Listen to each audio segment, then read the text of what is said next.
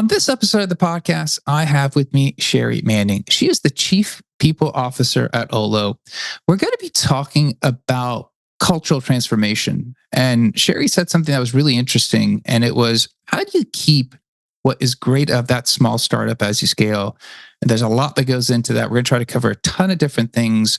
We're going to talk about translating technical debt to our world. And I think a lot of times we hear the engineering side talk about technical debt, and people don't understand that we see that on people, talent, culture. We're going to be talking about educating stakeholders to see the gaps that they need to identify, helping drive those business outcomes. We got a ton to cover. Sherri, I appreciate you being on the show. Thank you. Thank you for having me. I'm looking forward to the conversation. Awesome. Before we start, I just want to make sure everyone knows what the company does, and then we'll dive right on in. Great. Olo is purpose and mission is really about revolutionizing the digital restaurant industry and creating a great guest experience where everyone is able to feel personally known and part of a known group as they go to restaurants, and kind of in a cheers, everybody knows your name kind of way. I like it. I can identify with that now, and I think that's a great mission.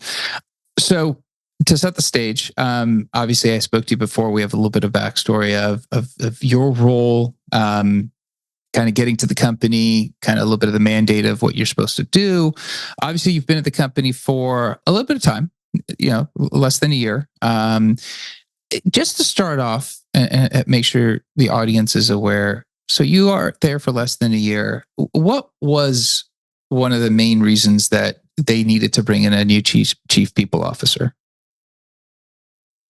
I think from the Olo side, they were really looking for someone who had run a large people organization at a public company before, since they recently went from pre-IPO to public.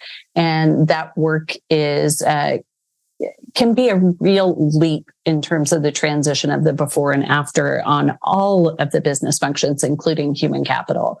So I think that's what they were looking for. And on my side, I was looking for really interesting work and a great culture that was purpose and mission driven. And that's how I picked Olo. There we go. They're lucky to have you. And you got a lot of exciting things to work on, I think you'd mentioned. And I think the one that kind of stood out, and talking about cultural transformation and maybe what that means to Olo. Maybe before we even start diving into that story, when we talk about cultural transformation, that does mean a lot of things, because I think the word cultural means a lot of things at every org. When you were looking at this, the roadmap of what you've been hired to do, and some of it is to quote unquote keep that greatness of a small company, and we're talking about culture. How broad, how wide is that term culture for you? I think it's a really broad term. Culture for me really is about the way we do things around here. That's as broad as it can get. People often start by thinking about activities like free lunches and meetups and all of those things. And all of those are cultural indicators. But the values and just how we treat one another is really, I think, the heart of what culture is. And I guess, to go back to something I mentioned that you said on the pre-call with you, was something that's very important to the company, was keeping some of that greatness of that small startup, right? And you guys have scaled. The Olo's the bigger company, public. You can't always keep everything. And the founding team obviously has a certain vision and a certain culture they build early on, and they like to see it evolve and grow. But that evolution, that growth has to come with some changes, not all easy. When you're looking at that aspect of it, hey, I don't want to change too many things. I want to keep what made the company great. That seems like, as much as it sounds like maybe part science, part art, it sounds like a lot of art to me, because there's got to be an ability to identify some of those core drivers and make sure you're not trying to redirect that direction without having everyone on board, or maybe understanding the value of that outcome? I think you hit it at the end of the question, Amira, and that is really about understanding the why. And it's understanding the why of the cultural signs and indicators that you come into. So understanding, for instance, that what worked for 25 people may not work for 1,000 people, but I need to look at what those prior activities and events and signs and values were and understand their importance and their connection to how we treat one another, so that if I can't continue with the same activity or sign, I can pull forward and continue the why. And that, I think, is really important. And part of understanding that is making sure that you're getting feedback and input from those folks that were foundational and have been part of Olo for so long and are so committed and made it so successful and so special. And then kind of adding in new ingredients. If I'm the chef, I'm looking to add in new perspectives that fit the business reality and the changing business climate, but that build on that foundation. And I think I mentioned to you my view, and I'd like to kind of hear your thoughts on this. And it's obviously you and I spoke about it, but the people function, the talent function, the HR function, it a lot of times it's viewed defensive. No, I think I mentioned cybersecurity. CISOs have had to deal with this for years. That defensive role where the no police, and there's a stigma that more process is going to mean a slowing down, more no's to things that were yeses. Some of those things that as a startup, you think you're nimble, you're fast, you can move and pivot and take advantage of things. How do you help educate stakeholders that process doesn't have to slow things down? Now, excessive process, sure. But some process changes don't have to result in slowing the business down, but yet the maturation requires it. Yeah, you're describing my week, my month. Yes, that's right. It is, not to be repetitive, but it's about helping people understand the why. So for instance, this last week, we did something very standard and ran our IRS test for our dependent care reimbursement account. You have to look at it and see what highly compensated employees are contributing compared to all others. And we sent out the results of that in a way that's really normal, happens every year. But we had some folks for whom that was really new. And even though that's IRS required and no creativity involved, right? We needed to pause and help them understand. They were like, we've never seen this before. What's happening? And so we had to do education to go, oh, okay, that helping folks understand the context is on us. So here's the requirement. This is where you can read more. IRS stuff is fascinating to read. And this is what it means for us. And this is why, we've done it in a best practice kind of way. But it is about pausing and sharing and educating. And for me, I try to think about my daughter. I have a daughter who's 23. And so earlier in her career in a corporate world, and I try to pause and ask myself, how would I hope someone would explain it to her to help her go, oh, okay, that's reasonable. That makes sense. And I may not even like it, but I understand it. So I think it's helping folks understand the why, and then also helping them become part of the change to maturing the organization.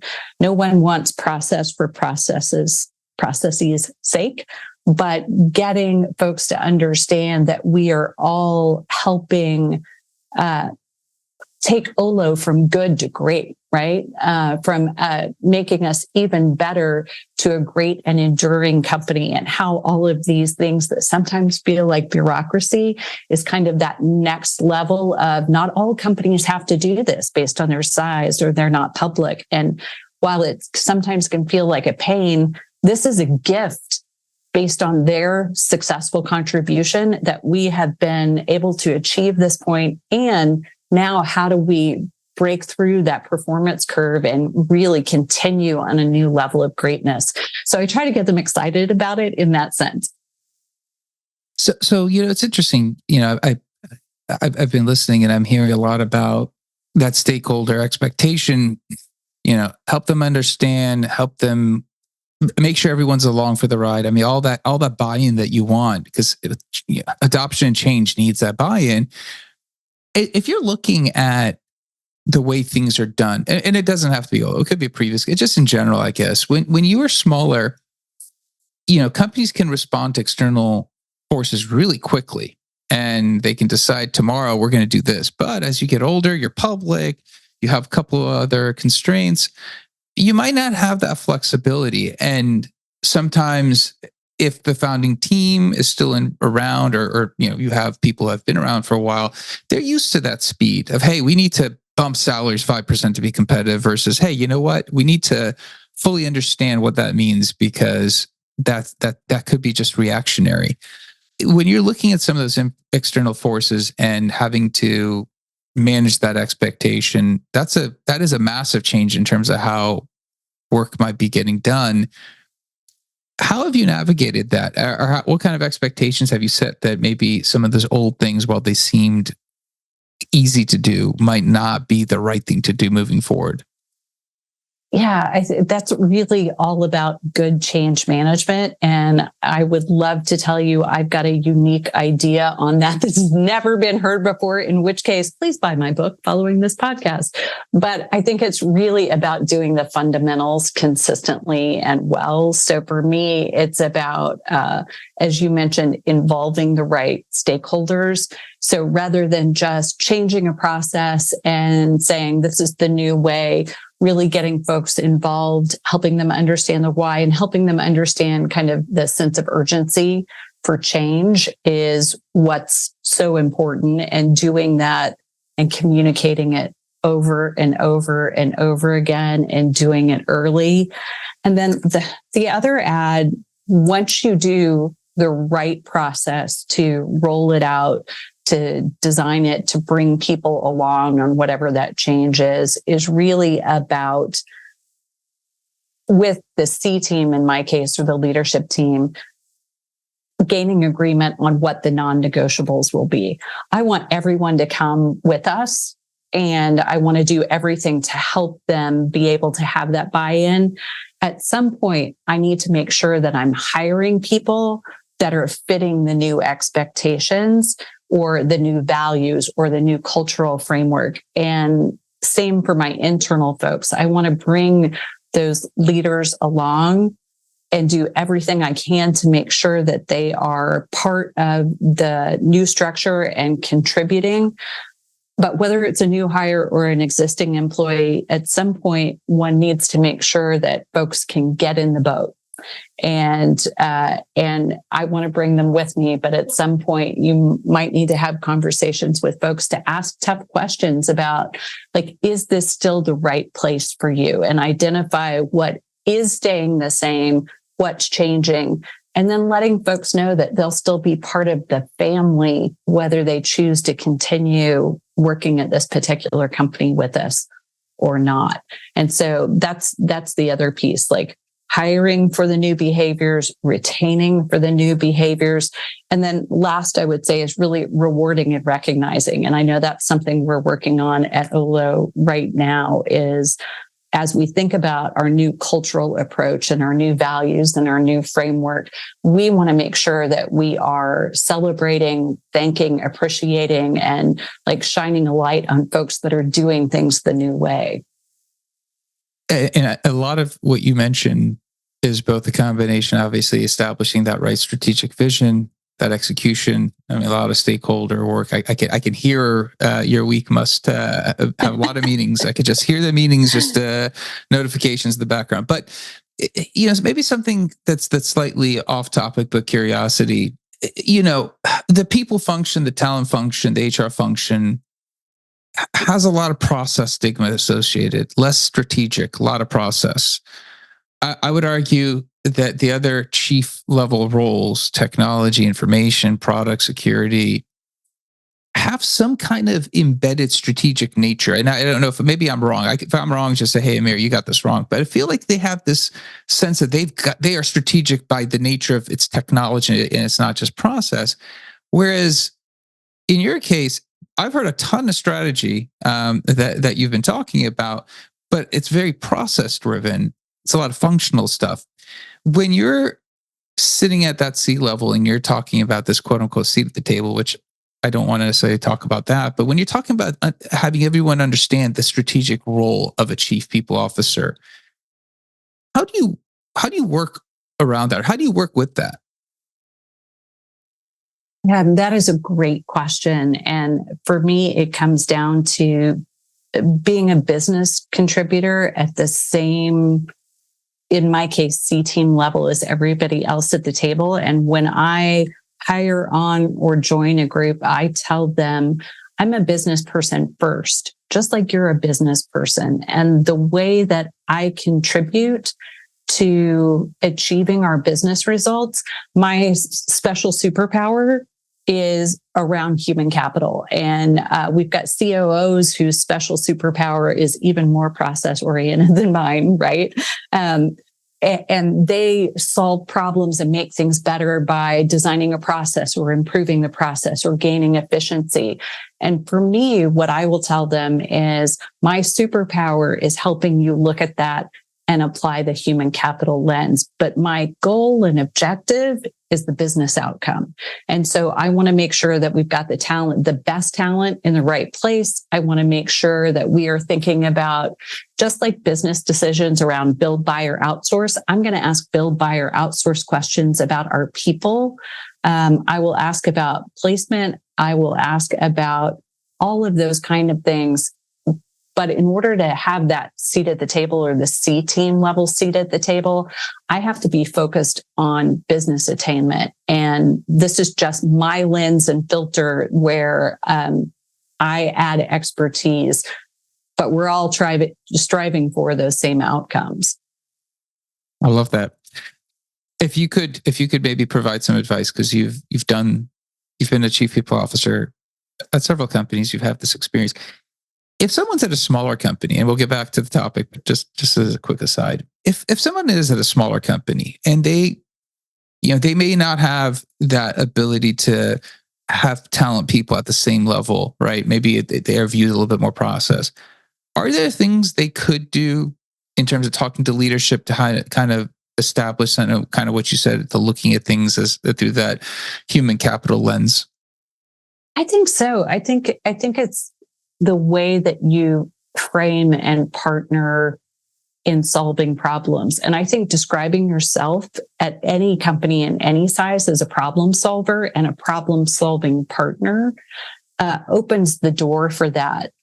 I do think earlier in career, myself and many others in HR tend to be like, we've learned the rules. And so we're like, okay, I need to get it right. I need to get it right. And I think as you grow in your career, some of that is thinking not about the process first, because we often want to hear the problem and go, oh, but hang on, like if you want me to open a new business in, this country, there's like the corporate structure, and then I need an officer and there's a bank account there. And like I start piling on the lead on activities that have to happen. I would encourage folks to pause and to say, okay, tell me what problem you're trying to solve, right? And start with that, because if you do that, you will free yourself of going immediately into the process and the rules and the compliance. And they will also, the business leaders will also view your answers differently, where you say, tell me what problem you're trying to solve. I want to help you solve that. Many times business leaders come to us and they go, I want to do this thing this way. And we get in the box where we're like, we can't do that. That's a no, that doesn't work that way. And instead of saying that, like asking folks to say, hey, I hear what you're saying you might want to do. Let's hit the pause button for just a second. Tell me what problem you're trying to solve. Maybe we can or can't solve it that way, but I'm sure we can creatively partner together to find a solution to help you get where you want to go. And I think you can use that kind of approach at every size company. I think that's brilliant advice. I think aside from being in talent or people, I think everyone everywhere should listen to that, because I think you're right. A lot of times, myself included, around the house, you see a problem, your brain starts jumping to solution. You never actually, and you look back, go, I have no idea what I'm doing to fix this, because now I'm just running through all these different scenarios and I forget what the problem even was. Right. For sure. It happens to me and at my home life also. There you go. I wanted to round out, we talked about this. I have another podcast. I'm a former engineer, so I understand the notion of technical debt. I understand why it's there. I understand the trade-offs. And I think people don't necessarily view that in the people, talent, culture world, HR world, where that there's a debt component of decisions, and to go back and fix them, the more ingrained they are, the more expensive they get. And that's basically what technical debt is. You take some kind of inefficient decision, and it could be based on a good reason. It's not that the reason could be phenomenal, but the further away you get from that decision, the harder it is to change something, and it gets more expensive. Maybe talk about the impact in the people world when it comes to looking at that.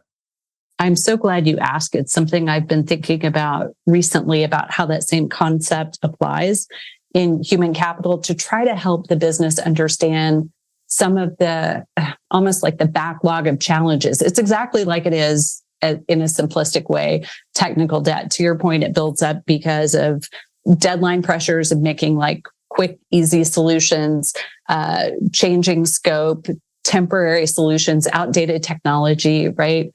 And in engineering and in product, I think it's institutionalized, where I think that's an accepted concept. And people say, well, we have technical debt, and how are we going to address and deal with that?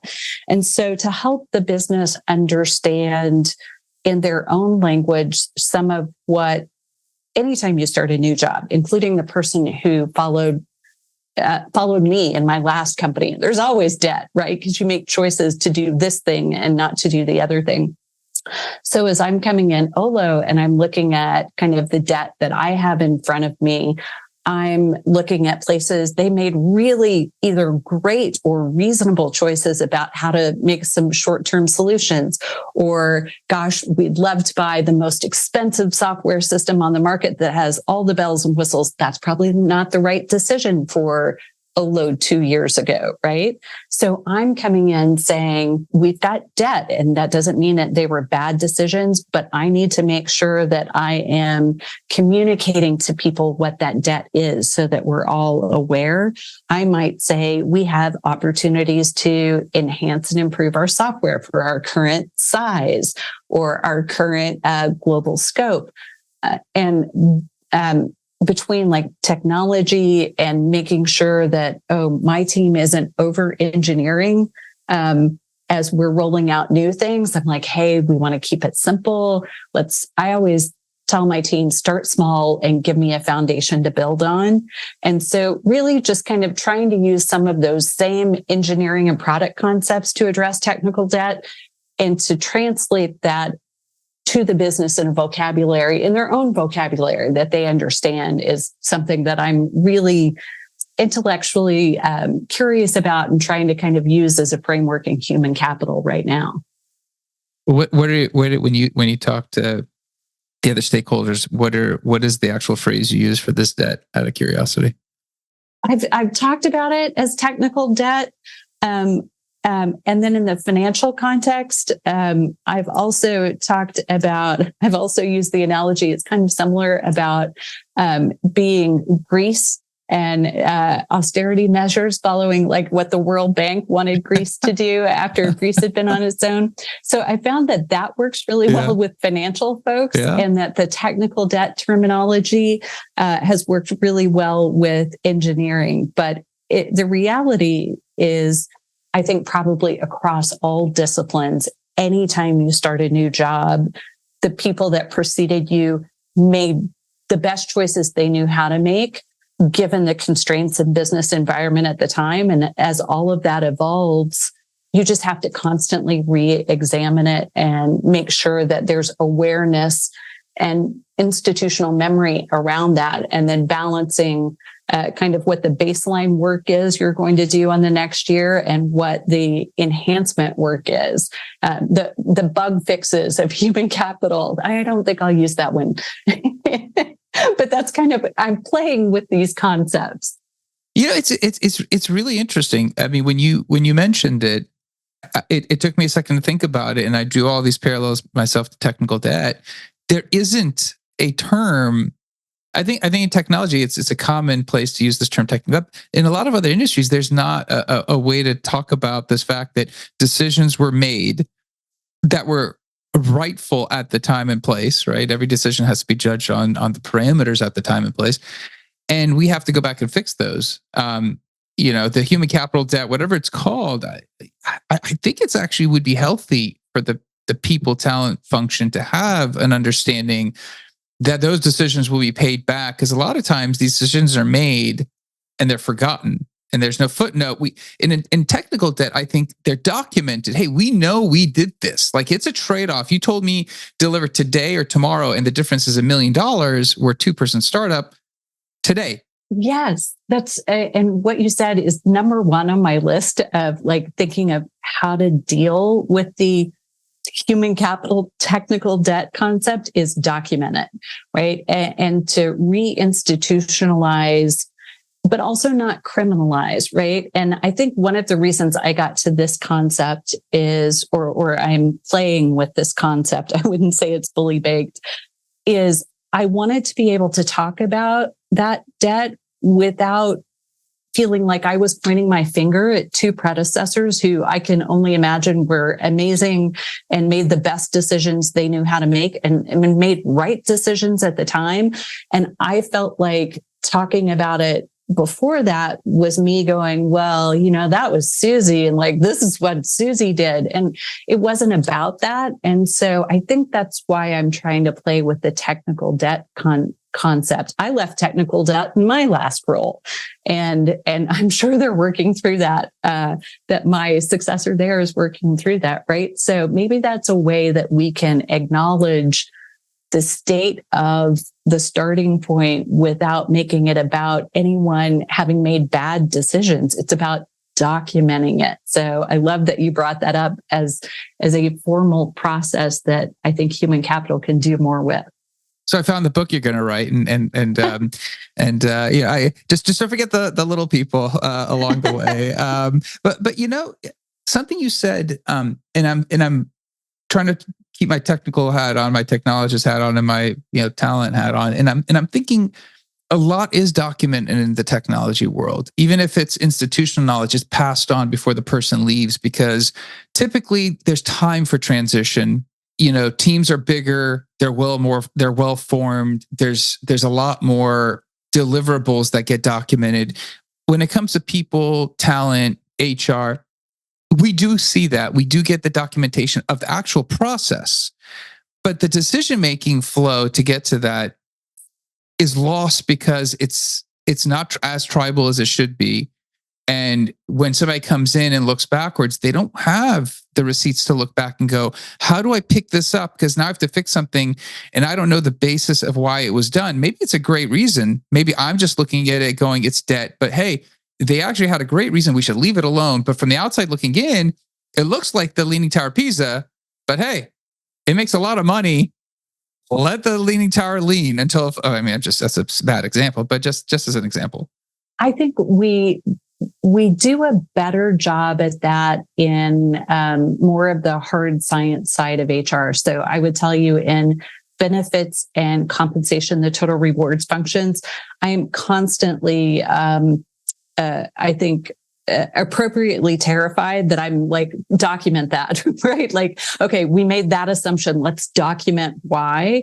And I think we tend to be stronger on the documentation there. But to your point, in human capital, so much of this is really don't tell anyone about human beings, right? And that's and process documentation, I would say we're moderate to good on as well. But then you get to the decisions about, as we had succession planning, why was someone ready now or ready 18 months versus ready 12 months. And yes, they have an IDP, but boy, it's hard to pass along some of the softer human capital rationale in that same kind of way. And I think there's room for us to continue to grow and do a better job in that space to better prepare those who follow to have that same why understanding that we started today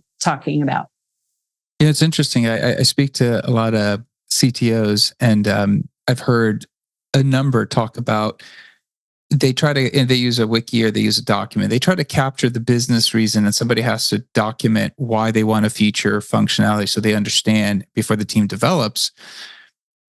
I mean, I don't know if it's done, in the people talent world, but how great would it be is if we have a business problem before we go, like you said early on, instead of running with the rules and the solutions, define that problem actually on a document, even if it's a soft process change, explain the changes, leave it for the next person, the next team.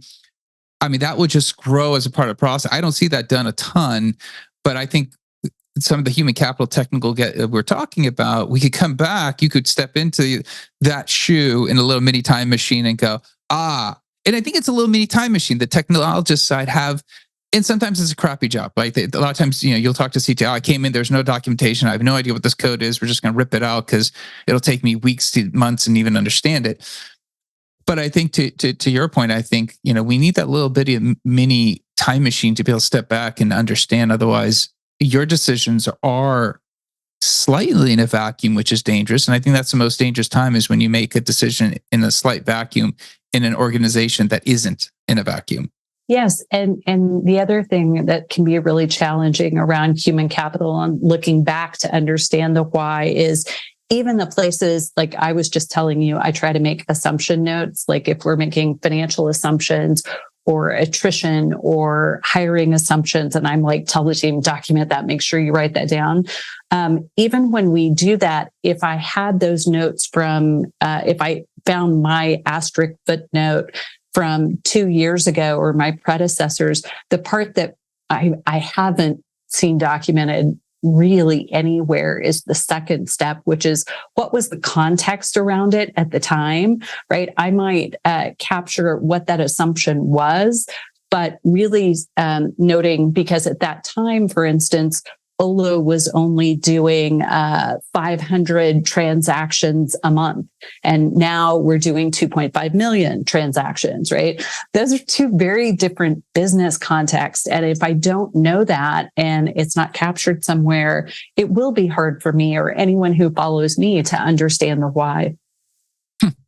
I like it. I think we're going to have I can envision a roundtable talking about this concept and how people are or not and their views on it. Because I think the more you've been talking about it, the more we've been talking about it, I'm like, everyone should do this. So starting now, everyone should start documenting these decisions because, again, we see this being done in other disciplines. And I think going back to, the strategic nature of the role, if you can extract yourself from the solution side and focus on the, you mentioned the business case up front, I think then you might start looking at this a little bit differently. So I think it kind of maybe brings the conversation full circle. Well, it is a concept I'm exploring, playing with, advancing. And so I would just say, thank you for the thought partnership. And if anyone listening also has ideas or enhancements, this is really a thought that I have that's growing and in process. Love to have feedback and suggestions and challenges. Awesome. Sherri, I know you're busy. I know we went a little bit over, so I appreciate your time. I appreciate the conversation. I know the book will have a dedicated forward section to me personally. I'm just kidding with you now.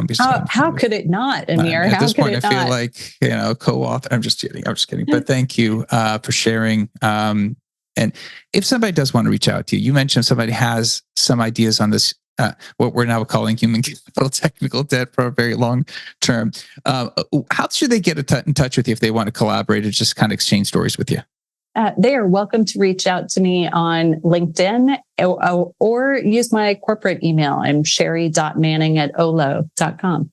Okay, brilliant. We'll make sure we include some of those in the show notes. Sherri, thanks again for being on. Thanks for your time. Thanks so much. It was great to talk to you. Absolutely. That's it for the episode. Be back again, different guest, different topic. Two things. One, I love the conversation.